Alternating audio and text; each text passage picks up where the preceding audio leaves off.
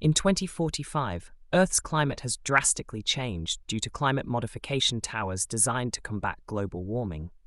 However, these towers inadvertently triggered a new ice age, plunging the world into a frozen wasteland.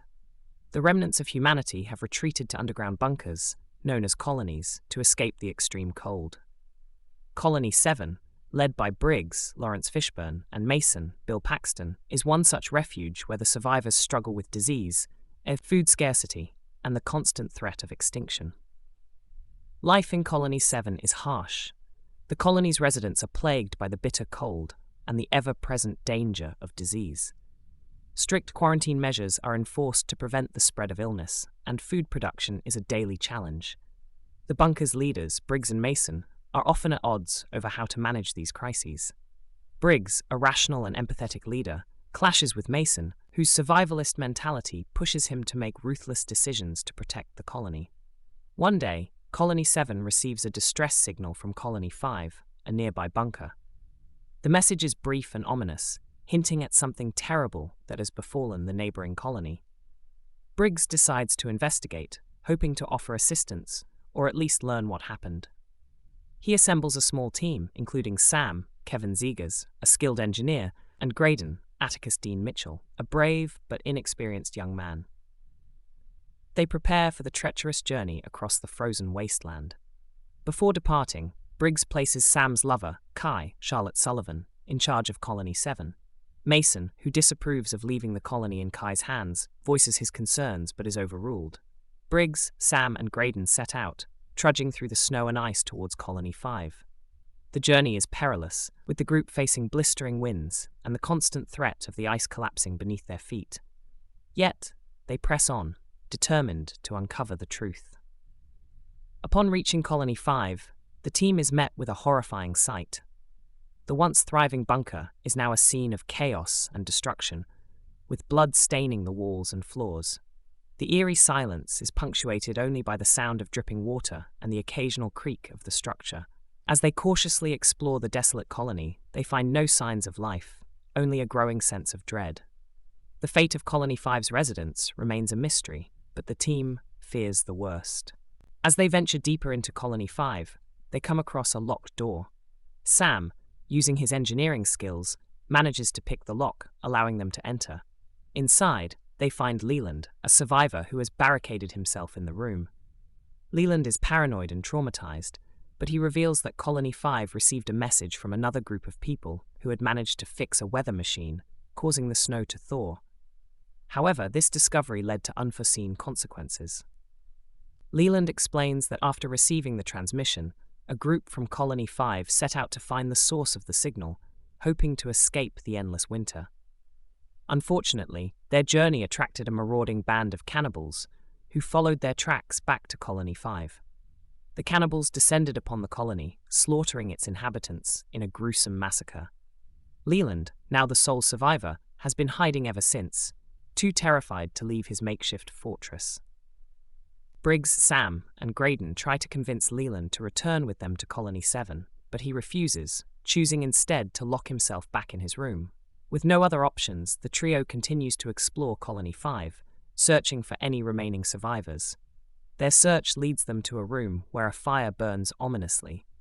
Inside, they are horrified to find a human figure chopping up the bodies of Colony 5's residents, while others feast on the remains. The nightmare they feared has become reality. The sight of cannibalism sends a wave of terror through the group. As they try to retreat, the cannibals notice them and give chase. In the ensuing chaos, Graydon is caught and brutally killed by the cannibals. Briggs and Sam manage to escape, fleeing up a ladder that leads out of the colony. Desperate to prevent the cannibals from following, Briggs uses a stick of dynamite to collapse the shaft behind them, entombing the cannibals within Colony 5. Or so they hope. Exhausted and traumatized, Briggs and Sam take refuge in an abandoned helicopter, using it as a makeshift shelter for the night. However, their respite is short-lived. When they awaken the next morning, they discover that the cannibals have somehow escaped from Colony 5 and are tracking their footprints in the snow. Realizing the relentless nature of their pursuers, Briggs devises a plan to lead the cannibals to a decrepit bridge, intending to destroy it with dynamite and cut off their advance. As the cannibals close in, Briggs and Sam execute their plan, luring the cannibals onto the bridge. However, the fuse on the dynamite goes out before it can ignite. In a heroic act of self-sacrifice, Briggs rushes back to relight the fuse, knowing full well the danger he faces. He is attacked by the cannibals but manages to relight the fuse just in time. The explosion destroys the bridge, killing Briggs and several cannibals, but buying Sam the time he needs to escape.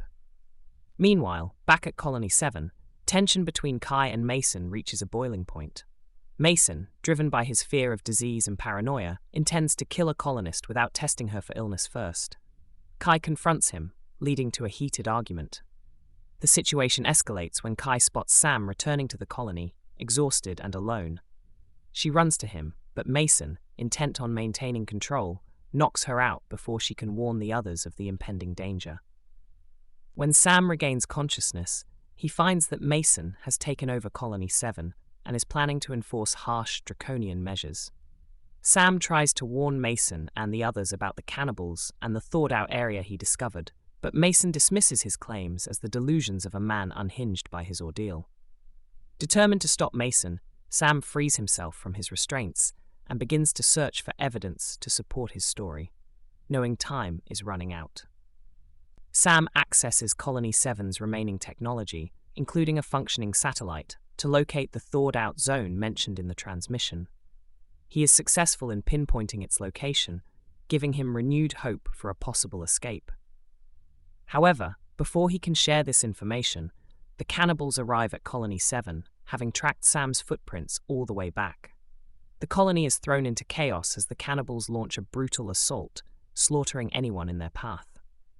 The inhabitants of Colony 7 scramble to defend themselves, but the ferocity of the cannibals takes them by surprise. Sam's friend Victor, John Tench, is among the many who fall victim to the attack. The survivors, overwhelmed and outnumbered, retreat to a secure room, locking themselves inside. Sam and Kai, desperately seeking refuge, bang on the door, pleading to be let in. However, Mason, still in control, refuses to open the door, determined to save himself at any cost. Nara, Lisa Berry, Briggs' daughter, cannot stand by and watch Sam and Kai be left to die. She confronts Mason, knocking him down and taking control of the situation. She opens the door, allowing Sam and Kai to join the remaining survivors inside the secure room. Sam, realizing that they cannot stay trapped indefinitely, devises a plan to escape through the ventilation system. The group works quickly to open a vent, knowing that the cannibals are relentless and will soon break through. Mason, wounded and realizing the severity of the situation, chooses to stay behind. He knows that he is too injured to escape through the vents, and he is unwilling to risk the lives of others. When the cannibals finally break through the door, Mason makes a final stand. He fires at a propane container, causing a massive explosion that kills most of the cannibals, including himself. The blast gives the remaining survivors the time they need to escape through the ventilation system. The survivors, led by Sam, crawl through the narrow vents, their hearts pounding as they hear the cannibals pursuing them.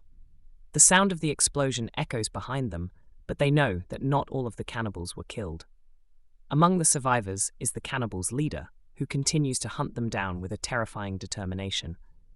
Sam, Kai, Nara, and the others emerge from the vents, exhausted but alive, only to find themselves face to face with their relentless pursuer. The final confrontation is brutal and intense. The cannibals' leader attacks Sam with a ferocity born of desperation. Sam, driven by a desire to protect the last of his people, fights back with everything he has. The two engage in a vicious struggle, with Sam ultimately gaining the upper hand. In a final, desperate move, Sam kills the cannibal leader, ending the immediate threat to the survivors. The battle is over, but the cost has been high, and the survivors are left to mourn their losses. With the immediate danger behind them, Sam and the remaining survivors take stock of their situation. The colony is in ruins, and many of their friends and loved ones are dead. However, the knowledge of the thawed-out zone offers a glimmer of hope.